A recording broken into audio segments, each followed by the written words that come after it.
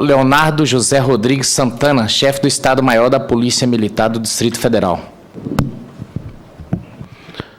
Senador José Medeiros, bom dia. Em nome do qual cumprimento os demais membros da mesa, fico muito feliz de poder, nesse momento, representar não apenas a Polícia Militar do Distrito Federal nessa fala, Coronel Marco Antônio Nunes de Oliveira, mas também trazer que essa não é uma fala da Polícia Militar do Distrito Federal. Essa é uma fala da população do Distrito Federal, essa é uma fala da população do nosso país, a qual eu represento nesse momento, e eu gostaria de salientar que essa, de forma triste, acaba sendo também a fala do cabo Renato, falecido na Polícia Militar do Distrito Federal, defendendo a população contra agressores sociais, ao momento em que não possuía um equipamento à altura, no caso, uma viatura policial, de maneira que pudesse fazê-lo de forma efetiva. Então, aqui fica a nossa principal colocação ao início dessas considerações. Eu gostaria de mencionar, antes de tudo, que, diferentemente de outras categorias, as polícias militares elas têm tido um tratamento apartado do que o nosso cliente precisa. Então, nós trabalhamos para o cidadão, nós trabalhamos para que o nosso cliente principal esteja sempre bem atendido no que nós consideramos ser o bem mais importante em qualquer sociedade civilizada, que é a própria vida.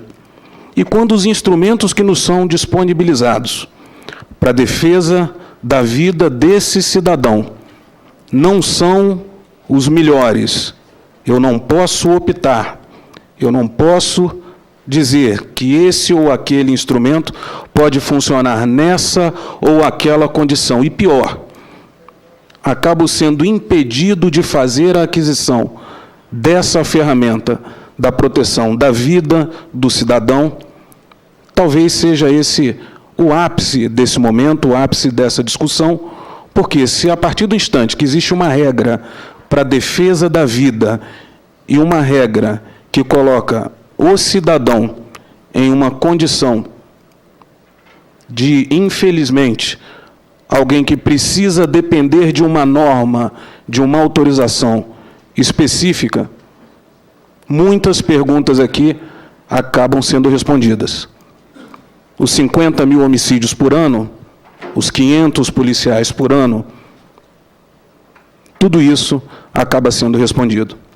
Então, como mencionou o colega da Polícia Rodoviária Federal, nós precisamos entender qual é a razão de, no momento em que eu sou questionado sobre uma bala perdida, eu não sou questionado sobre o porquê não poder ter uma mira laser. Alguém tem que me responder, alguém tem que nos responder, enquanto cidadãos, essa pergunta. Então, essa é a primeira questão que eu gostaria de colocar. No caso do policial que faleceu, o cabo Renato, nós tivemos, faço aqui apenas uma breve correção no que foi mencionado pelo Coronel Castilho, nós já estivemos em Michigan. Começamos essa pesquisa em 2012, em um segundo momento, 2014, eu estive naquele estado no ano de 2015, e eles sempre nos perguntam, os policiais nos perguntaram, por que é que não existe uma regulamentação nacional para uma viatura policial? Qual é o interesse que gira em torno da vida dos cidadãos de vocês? Então, se nós buscarmos todas as NBRs existentes no país, não existe uma NBR que regule a compra de uma viatura preparada para a atividade policial. Eu me obrigo a adaptar um veículo civil, eu coloco um adesivo, coloco luz, coloco rádio, não é? Digo que aquilo é uma viatura policial, quando na verdade nós sabemos que não é, quando na verdade sabemos que se trata de uma adaptação, e uma adaptação equivocada para um instrumento de trabalho. Eu não estou falando de um instrumento, de uma ferramenta de locomoção. Estou falando de um instrumento de trabalho. Nos questionamos também quando entramos em um site da internet, qualquer um dos senhores e senhoras pode entrar também, e verifica que uma ferramenta, que um veículo como aquele, ele custa fora do Brasil, e eu posso colocar ali toda a taxa de impostos que desejar, $31 mil. Se eu colocar mais $9 mil, não é, de equipamento, de blindagem, uma blindagem que eu não posso trazer para cá, inclusive, né, a norma que determina que eu cheque blindagens de coletes, que determina que eu cheque blindagem de viaturas, a norma que nós seguimos no país é uma norma internacional. Se eu quiser blindar lá e trazer esse veículo para cá, eu não posso.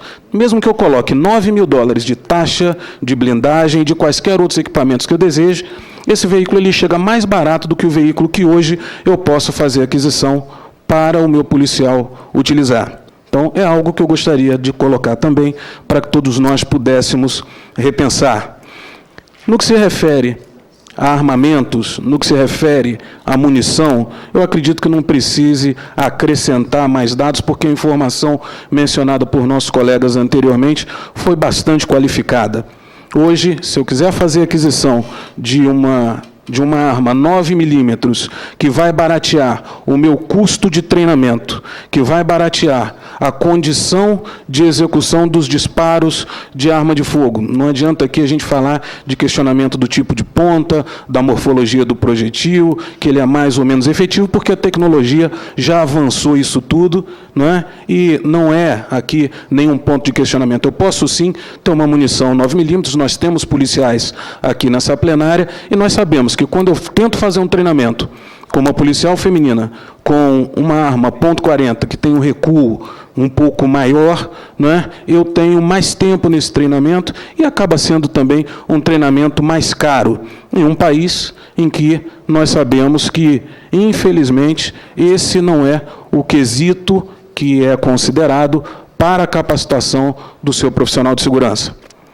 Ainda falando de capacitação e treinamento, e aí cabe, acredito que para todos os estados e para todas as instituições, se nós buscarmos verificar quanto custa uma diária internacional, passagem, ida e volta para os Estados Unidos, o curso em uma instituição, em uma corporação como a Smith Wesson Academy, por exemplo, né? Eu acredito que, pelas contas que nós fizemos até agora, é mais barato eu pegar um policial daqui, colocar no avião, pagar a diária internacional, pagar para ele lá fora os 2 mil tiros, R$195, R$198 cada caixa com 1.000 munições, é mais barato do que eu treinar aqui.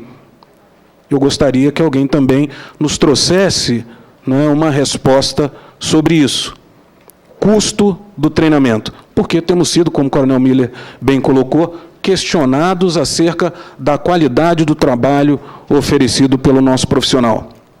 Ainda falando de outros equipamentos e de outras ferramentas que são necessárias para o cumprimento dessa atividade, o Batalhão de Operações Especiais do Distrito Federal, ele ainda demora, né, para a aquisição de ferramentas, de armas específicas para a sua atividade, porque são armas que vêm de fora do país.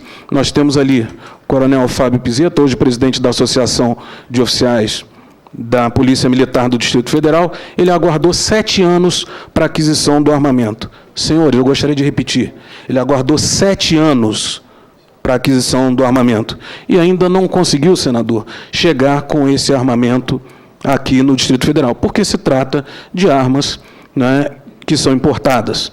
Nós gostaríamos de mencionar que hoje uma tropa que é utilizada em larga escala como a tropa que mais lida com crime violento, letal e intencional, o CVLI, que são as tropas de patrulhamento tático embarcado, primeiro, não tem a viatura adequada, como eu acabei de mencionar, com uma cápsula que permita ter mais espaço, com um armamento, né, uma colocação específica do armamento dentro daquela viatura, bem como também não pode adquirir as armas que necessita.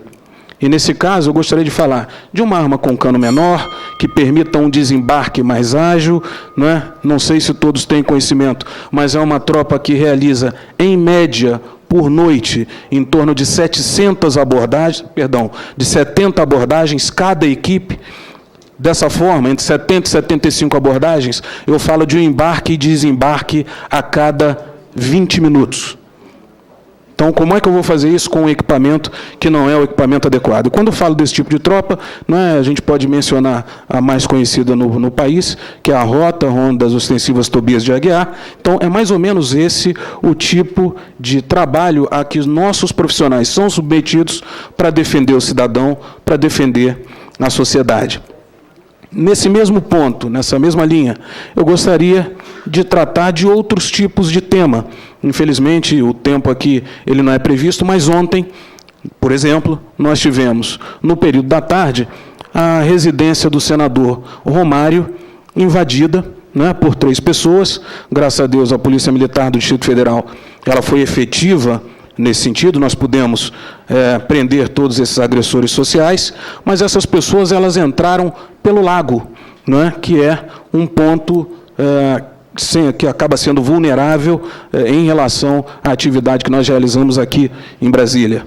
Mas eu pergunto, em relação aos equipamentos que eu gostaria de ter para mobiliar o meu policial, mobiliar as minhas equipes de trabalho, para serem mais efetivas ainda, e não é porque se trata da residência do senador, mas dentro de um trabalho preventivo, caso eu não tenha esses equipamentos, esse trabalho ele se encontra prejudicado, ele se encontra cada vez menos efetivo. Então, é importante que nós mencionemos esse tipo de assunto aqui. Lembrando que tudo o que nós falamos em termos de efetividade, em termos de produtividade, em termos do que nós desejamos de aplicação do nosso profissional, se inicia nas práticas de boa gestão. E isso não sou eu que digo, Isso são os educadores, são os acadêmicos que tratam desse tema, que falam sobre a prática da boa gestão. Se eu não consigo realizá-la por não conseguir também oferecer ao meu profissional um bom equipamento, um bom armamento, uma boa ferramenta de trabalho, nós estaremos constantemente sendo questionados em relação à qualidade que os gestores de polícia fazem em relação ao cidadão do país de uma maneira geral. Então, é muito bom que nossos telespectadores que podem estar nos vendo agora, quem busca essa informação, possa ter essa base de comparação. Por fim, eu gostaria de mencionar que é muito complexo nós exigirmos a qualidade dos nossos profissionais sem que esses quesitos sejam respondidos.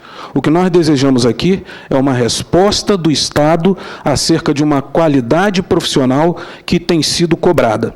O que nós desejamos, e essa audiência ela é perfeita para isso, é a ferramenta adequada para isso, é que o nosso cidadão saiba que nós não temos apenas um problema de polícia. Nós temos um problema que envolve decisores que estão em um nível diferente do que nós, gestores de polícia, nos encontramos agora. Eu gostaria também de fazer um paralelo internacional para todos que nos ouvem nesse momento. Eu iniciei, por intermédio da Polícia Militar do Distrito Federal, minha atividade como consultor de treinamento das Nações Unidas aos 26 anos de idade. Então, desde 1997, eu faço, e o questionamento é o mesmo, tanto dentro do Brasil como fora do Brasil.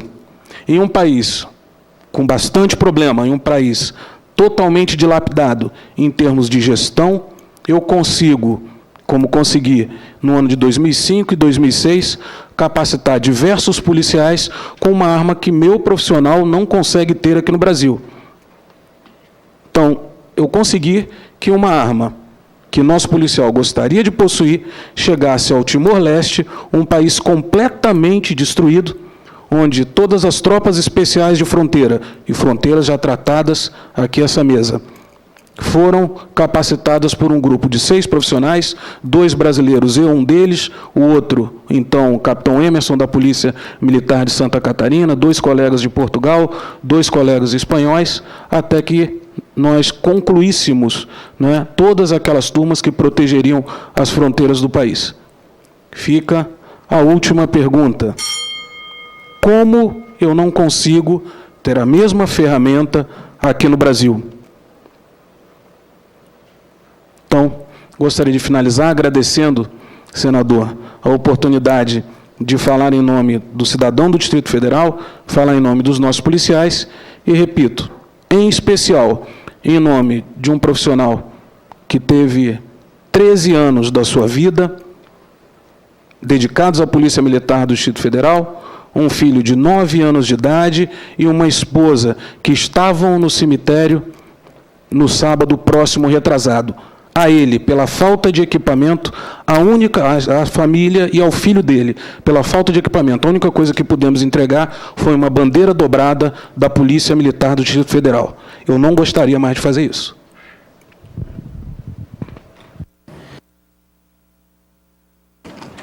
Agradecemos as palavras do Coronel Leonardo. Essa é uma realidade que ela tem se alastrado por todo o país, tem sido uma constante quase isso, Coronel, essa entrega desse adereço à família, e é justamente por isso que a gente tem que debater esse assunto, para que situações como essa não continuem a perdurar. Passo a palavra